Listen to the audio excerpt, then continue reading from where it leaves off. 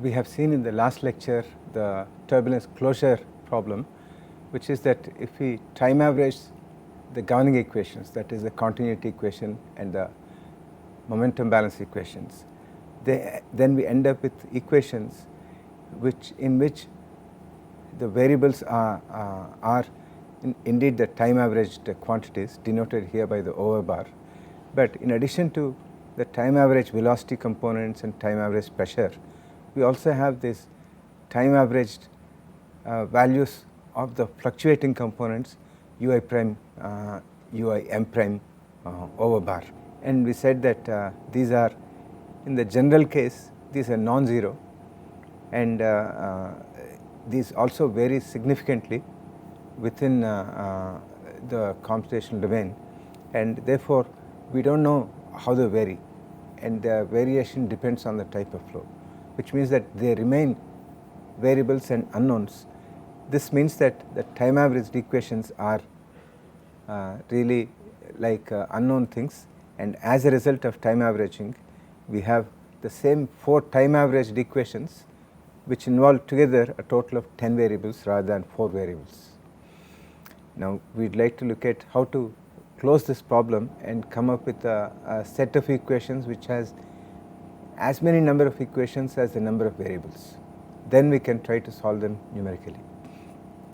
Okay, so it is in this, in order to see what we have lost through the averaging process, we can rewrite the governing equation that we have here as the time average one in such a way that these terms are taken on to the right hand side, and we can put them in this way without making any change here. When you take them to the right hand side, you get minus sign here, you have dou by dou xm of this and you have dou by dou xm of this.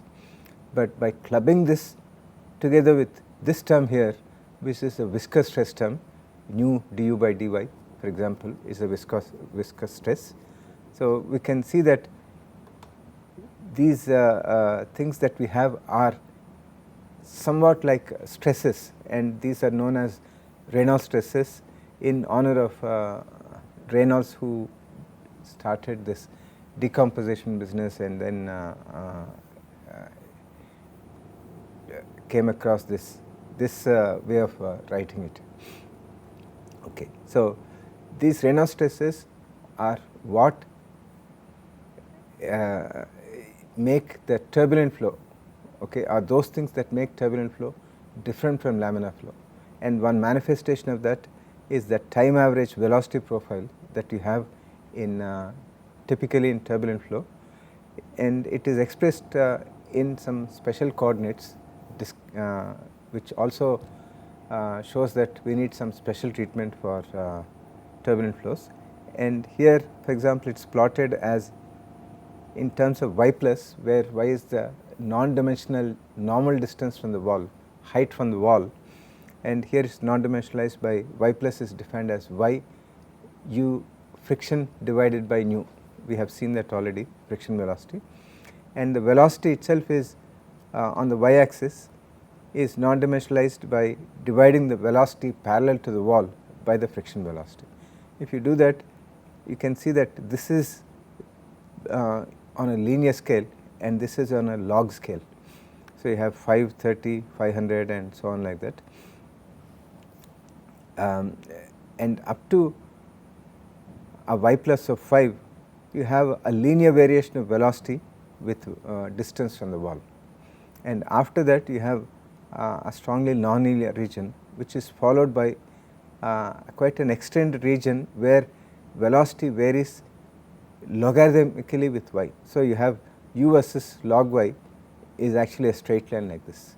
So based on this you define a viscous sublayer for y plus less than 5 you have no turbulence, and for y plus greater than about 30 and stretching up to 500 and even beyond you have a linear variation between u and ln y. It varies, velocity varies logarithmically with the distance from the wall, and after that you have a wake region in which you have strong effects come into picture. Now when you look at what these distances are in actual quantities, this y plus is y u star by nu, and in our example that we had u star as 0.1 meter per second, and nu is 10 to the power minus 6 meter square per second. So, u star by nu is 10 to the power minus 5, is 10 to the power 5. So, that means that when you say y plus of 5, it actually means 5 times 10 to the power minus 5 meters is the actual height, and 5 times 10 to the power minus 5 is 0.05 millimeters. So, this distance is 0.05 millimeters, and y plus of 30 is 0.3 millimeters in a pipe having a radius of 25 millimeters. So, these things are very, very close to the wall, and then y plus of 500 is about 5 millimeters. So, all this is within 5 millimeters of the wall, and you have this kind of variation, which is very different from the variation that you would have for laminar flow. And this kind of difference and the variation of all these things is the characteristic difference between turbulent flow and laminar flow, and that is caused by these terms, this term here, dou by dou xm of ua prime um prime bar. If this is neglected, and if you solve these things, you get exactly the same velocity profile as in laminar flow. But so the true inclusion of turbulent flow effects is determined by how we deal with this ui prime prime, and we have no idea of what these things are, because they vary in a non-monotonic, non-simple way. Something is going up rapidly within a y plus of around 20, the peak value is reached at a y plus of some 10 to 15 y plus. So, that means very, very close to the wall, and then it starts decreasing again in a non-monotonic way, in a monotonic way, but in a non-linear way, and the response of different stresses is different. Different components is varying in a different way. There is no simple way, algebraic way of representing the variation of these in the general case. This is the case of turbulent flow, fully developed turbulent flow in a pipe. So, this is what makes turbulent flow very complicated and very complex, and turbulence even today is considered as one of the unsolved problems of physics, not engineering, but physics, and many generations of physicists have worked on it, and fluid dynamicists have worked on it to make significant advances of turbulent flow. We understand much more, we can predict much more today about turbulent flow than what we could have done over the past 100-150 years. We will not be able to deal all that, but we will be looking at some simple things that are easy for us to understand, okay, especially from the closure point of view. If we have 10 variables and 4 equations, then how do we solve? So, let us reduce the problem, complexity of the problem from 3D flow to 1D flow, and we are considering steady fully developed turbulent flow between two infinitely long and wide parallel plates.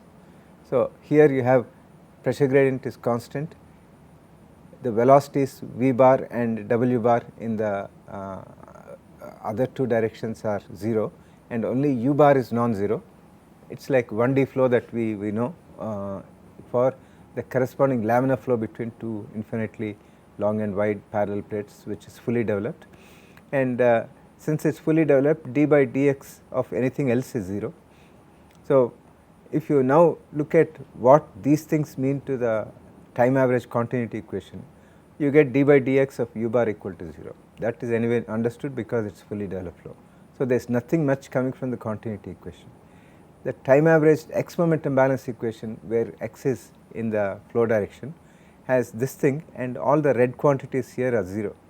So, that means that this term drops out, it is steady state, and variation with respect to x is 0. So, these two terms will go to 0.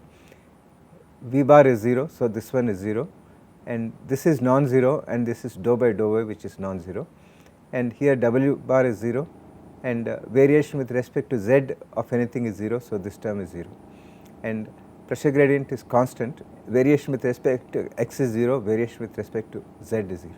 So, you have a resulting equation which is like this: a constant pressure gradient which is a given constant is equal to nu dou square u bar by dou y square, or in this case d square u bar by dy square, because it varies only with y, minus d by dy of u prime v prime bar.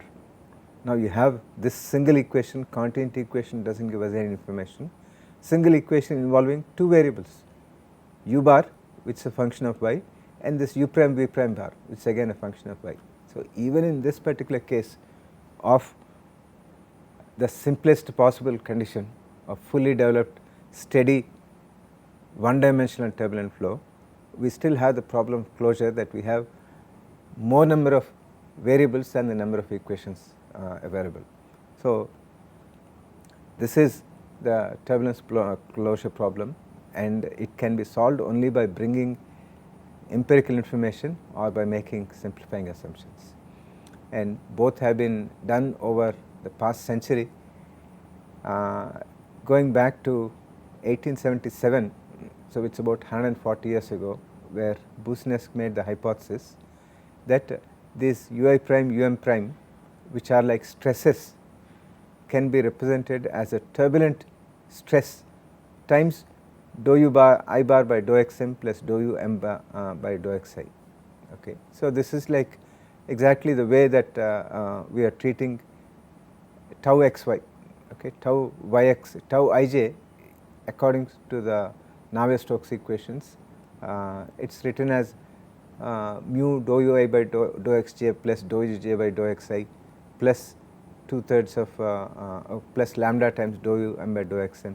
So the similar kind of formulation is brought in here, except that instead of the kinematic viscosity, now we have eddy viscosity. This nu t subscript t is turbulent or eddy viscosity, kinematic viscosity, and this particular term is made sure that when you sum all these normal components, you do not get 0. So it is just something like this. So if you put, for example, u prime bar, so that is I equal to 1 and m equal to 1 in this, you get 2 nu dou u bar by dou x minus 2/3 of k, where k is half of u prime square plus v prime square plus w prime square bars quantities.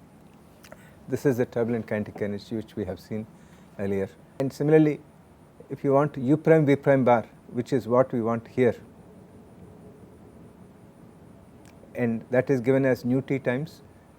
So in this case I equal to 1 and m equal to 2. So you put I equal to 1 and m equal to 2, you get dou u bar by dou y, and then you put m equal to 2 here and I equal to 1, you get dou v bar by dou x. So this is the way of writing this. So these Reynolds stresses are expressed in terms of eddy viscosity and the conventional treatment of viscous stresses. Okay. So if you were to substitute this thing here in this is the equation that we have for fully developed turbulent flow between parallel plates, and you substitute this expression here, and you can write this as d by dy of nu effective times du bar by dy. So this almost like the laminar flow, except that you have nu effective, which is nu plus nu t. Now you can say that, okay, now let me put nu t to be some constant, and if you put nu t to be a constant in such a way that the pressure gradient in turbulent flow would match with what is predicted here for the same flow rate, then you would have the difficulty that the solution of this with a constant nu t, since nu is also constant, that means that nu effective is constant. So that means this would be like a parabolic velocity profile, but we know that in turbulent flow we do not have a parabolic velocity profile. We have just now shown a variation which is quite characteristic of turbulent flow, which is different from laminar flow, and you cannot get that by making nu t as a constant.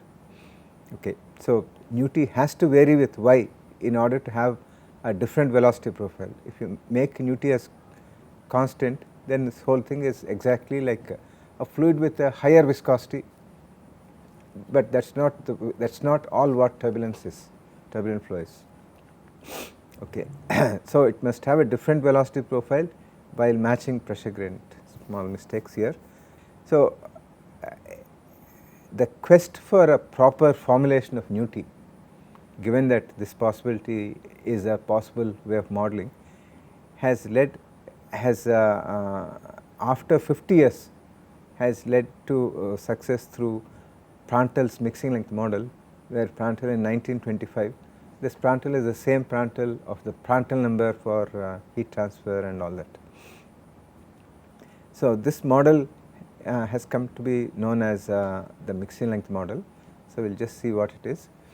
So, for steady fully developed turbulent flow between parallel plates, you have this expression. Once you substitute the Boussinesq viscosity hypothesis, you have this, and Prandtl suggested that this u prime v prime bar should be written as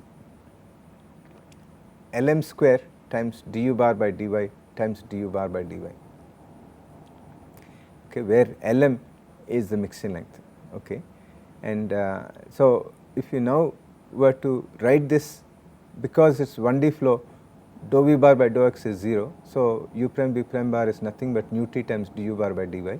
So, if you were to take this out, that will give you a nu t of Lm square times du bar by dy, where Lm is the mixing length. Okay. Why this is made in this particular way? Okay, there can be many picturizations of this. The mixing length can be seen as a characteristic distance over which turbulent eddies are mixing fluid layers, okay, having different momentum and velocity. Okay.